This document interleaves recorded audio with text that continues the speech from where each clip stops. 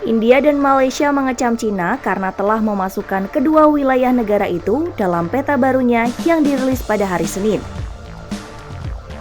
Wilayah India yang diklaim sebagai wilayah kedaulatan Cina adalah negara bagian Arunachal Pradesh dan dataran tinggi Aksai Chin. Menanggapi peta yang dirilis oleh Cina tersebut, Menteri Luar Negeri India, Subramanyam Jaishankar menyebut peta itu adalah peta absurd. Tak berbeda dengan India, Malaysia juga melayangkan protes terhadap Cina karena peta yang dirilis negara itu tumpang tindih dengan zona ekonomi eksklusif Malaysia di lepas pantai negara bagian Sabah dan Sarawak di Pulau Kalimantan. Sebelumnya, Malaysia dan Cina terlibat konflik soal kedaulatan masing-masing negara di Laut Cina Selatan. Namun Malaysia menilai hal ini perlu diselesaikan dengan damai dan rasional lewat dialog hukum internasional.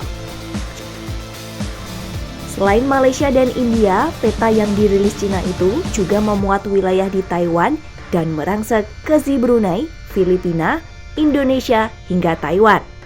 Cina merilis peta Laut Cina Selatan yang baru pada Senin 28 Agustus 2023.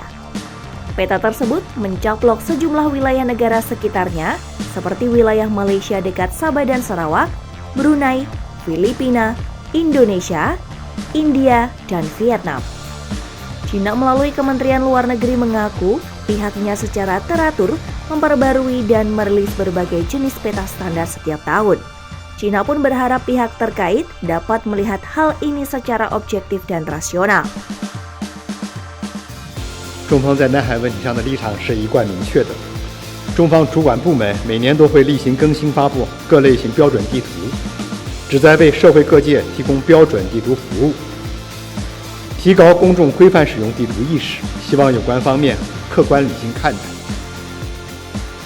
Berdasarkan Konvensi Hukum Laut Internasional di wilayah perairan ini, negara memiliki hak untuk melakukan eksplorasi dan eksploitasi, konservasi dan pengelolaan sumber daya alam hayati atau non-hayati.